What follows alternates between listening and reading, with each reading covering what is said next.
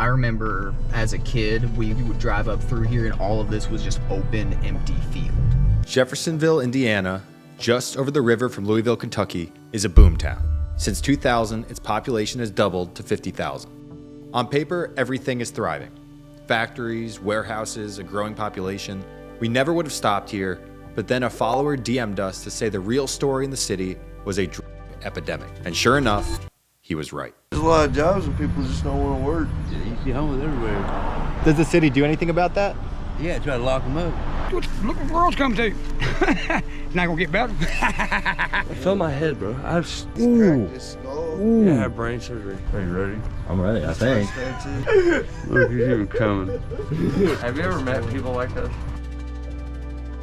Driving down 10th Street, one of the city's main arteries, there were people pushing shopping carts and hunched over doing the lean.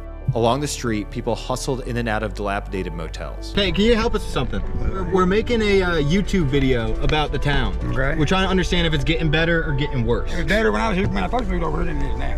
Why? What changed? Crime and there are homeless people everywhere. They won't help the people out. I mean, in Louisville, but at least they got shelters and shit set up, you know what I mean? I mean, I'm not homeless or nothing, but, you know, and then they'll lock them up just if they're sitting outside or something, you know, and I don't think that's fair. Give them, everybody's got a problem. You don't know what I went through or lost somebody, you know, and I'm down on my luck. That's all make them lock them up. Why do you think crime's gotten worse? Well, I mean, it just has. I mean, it's because people hungry and shit. But I think, you know, everything is going on. You know, look what the world's come to. It's not gonna get better. Ever since the virus hit and everything went up, it ain't gonna come back down. People that couldn't afford it then really can't afford it now. What we get?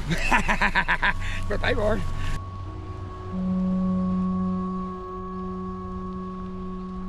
You see homeless everywhere. Does the city do anything about that? Yeah, try to lock them up. Why do you think the homeless problem's getting worse? Why do you think more people are ending up? Because they don't deal with the problem. What are the main drugs out here? Ice. Nice. Yeah, ice and I guess but mainly ice. Anywhere you see wooded areas, man, there's homeless camps. I got friends that live up in the woods behind an area where they just cleared it out. They did that to weed out the people staying back here. The city comes in and weeds out, you know, does that. Where do the people go? Scattered different places. Later in this video, we went into the forest searching for the encampment he was talking about. But first, at one of Jefferson's many old motels, we met this pair. There's some that come in here just like, no, dude, just keep your distance. Or You guys say this is Midwest or Southern? Southern. This is Tuckiana. Southern. Just nice people era. Does that make sense at all? Oh, absolutely. I love my customers at work. What do you do for work? It's not like I'm glamorous or anything, but I work at Wendy's. Okay, right on. I love it. You know, I love this guy right here. Dad right there. You just find a lot of just good people. there's good people too. Good people. But then you got just like any place you go stay, you're gonna have your bad apples in the barrel. I mean, you can see who they are. You all are good people, I can tell. Like there's one crazy bitch down there. I said, you need to just stay the fuck away from me. What was she doing? She was being fucking badass crazy. She did give good head though.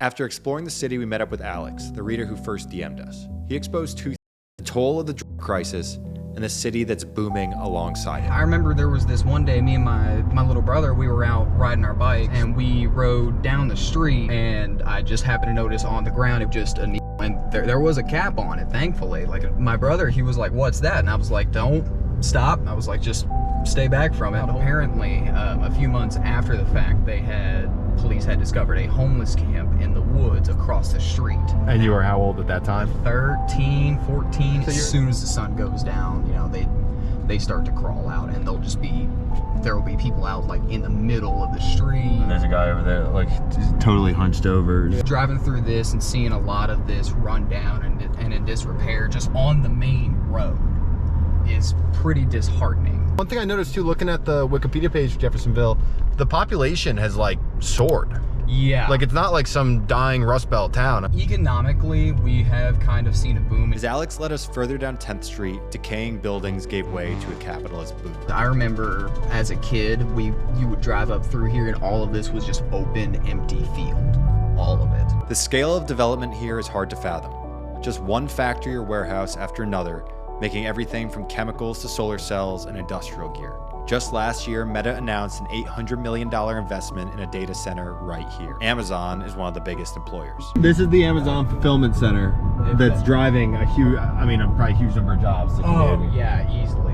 Up here, I've heard them start around 17 or 18 on the hour, which isn't too terribly bad, but for the work you're doing and the conditions you're having to put up with, you can't put a price tag on. From what I've heard, they're not treated as people, but more just as like time cards, if you will, numbers instead of human beings. These are the stories I remember hearing from my grandmother growing up. Your grandmother and great-grandmother and your friends have all worked there. So it's really like a lot of people of all stripes. So. Yeah.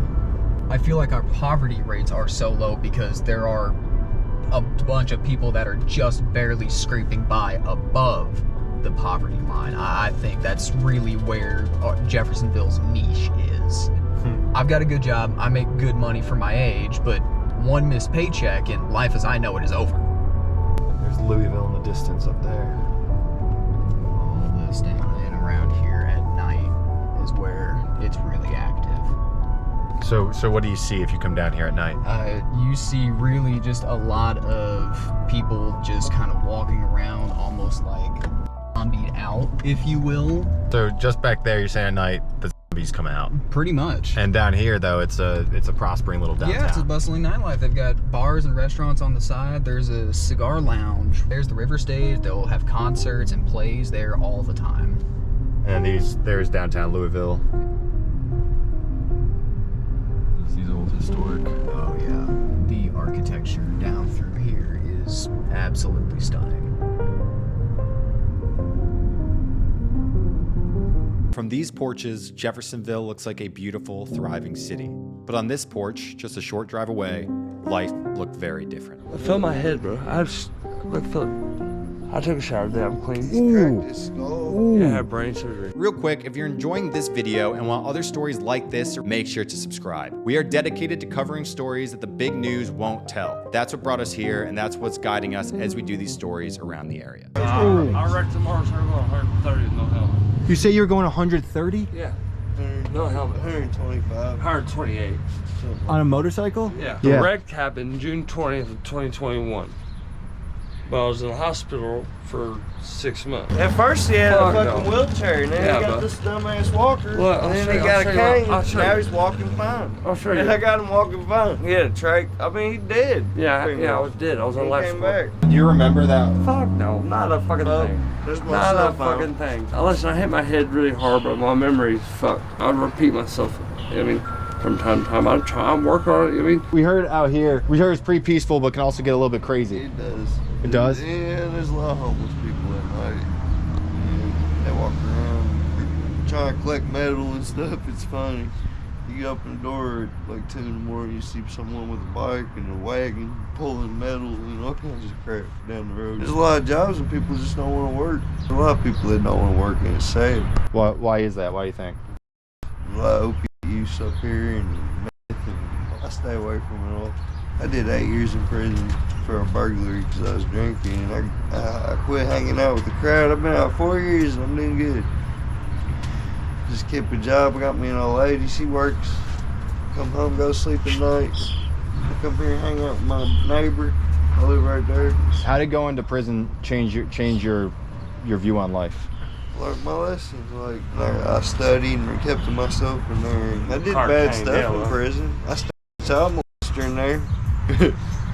Going to jail, did that change anything for you, the way you see things? I can't remember jail. Did all my 20s in prison. I'm 34. Nothing ever to do other than get high. And that's not me no more. You know what I mean? So, what do you fucking do? I mean this in my heart. I mean, I get lost. He got brain damage too. He goes on and on. Yeah, He'll that's- tell his like little feelings out loud and shit. Yeah, fuck yeah, because I got nobody to talk to. He got us all, dude. Yeah, So so You live here alone? no, it's all my ladies son, in and my son, Axel, his name's right there. there. This is tattooed in his name. Axel Robert, yeah. Wow. And his birthday, that's my baby boy. He's 8 I years got old. some- Little You're not ready to see That my was a favorite kid when I tattoo. got him. What is it? Are you ready? I'm ready, I First think. tattoo.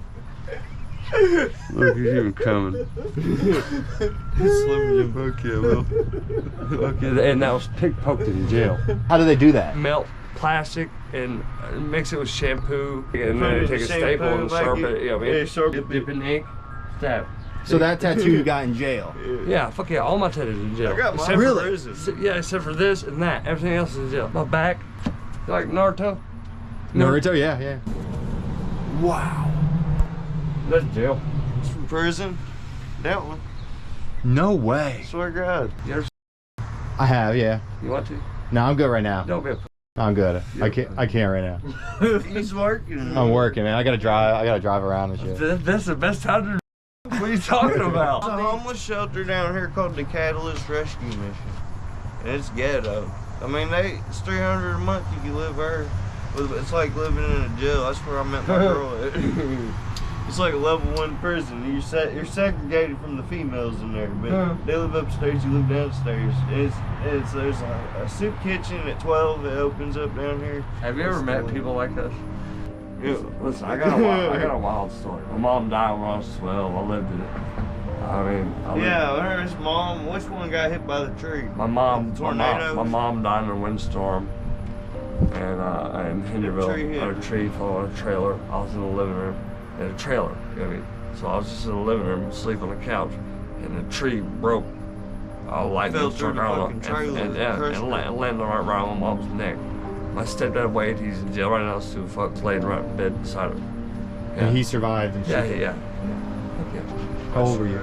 12. If he slept on the other side of the bed. January 29th of 2008. Yeah, bro. And then I had to move to Madison.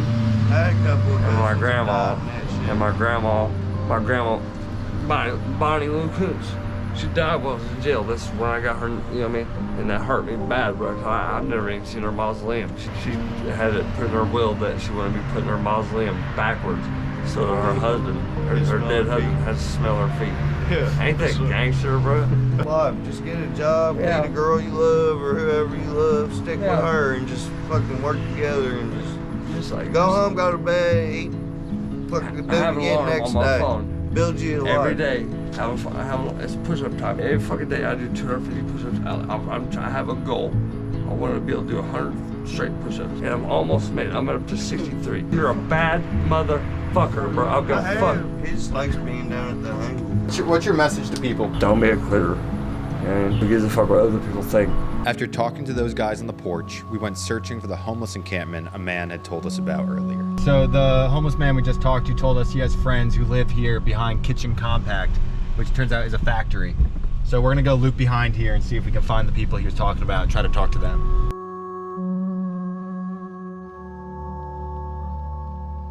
Oh, we just found it.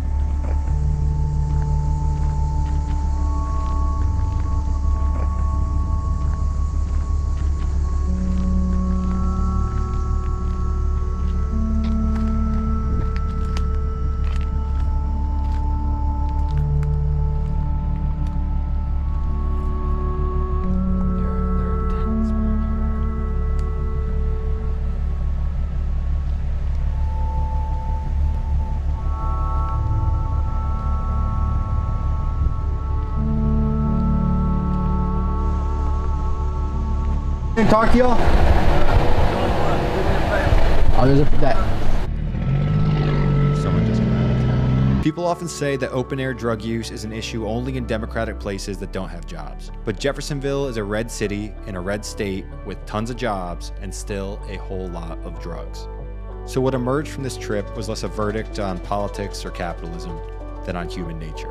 Jobs may help, but they aren't a cure for tragedy or bad decisions. How do you think that changed your life? I've never had an accident. You know what I mean? So I had to live a life like that. I had to be positive. You know what I mean? Things happen for a reason. Yeah, I wouldn't. Yeah. You know what I mean? I wouldn't be living here. I wouldn't have met you. I mean, shit happens for a reason. God. I wish his mom was God is real, but God put you in my life for a reason. I mean, I don't really care about this video and shit like that. I mean, you guys have been through some shit. What should people understand about people like you? Excuse my language. Don't be a bitch and push on.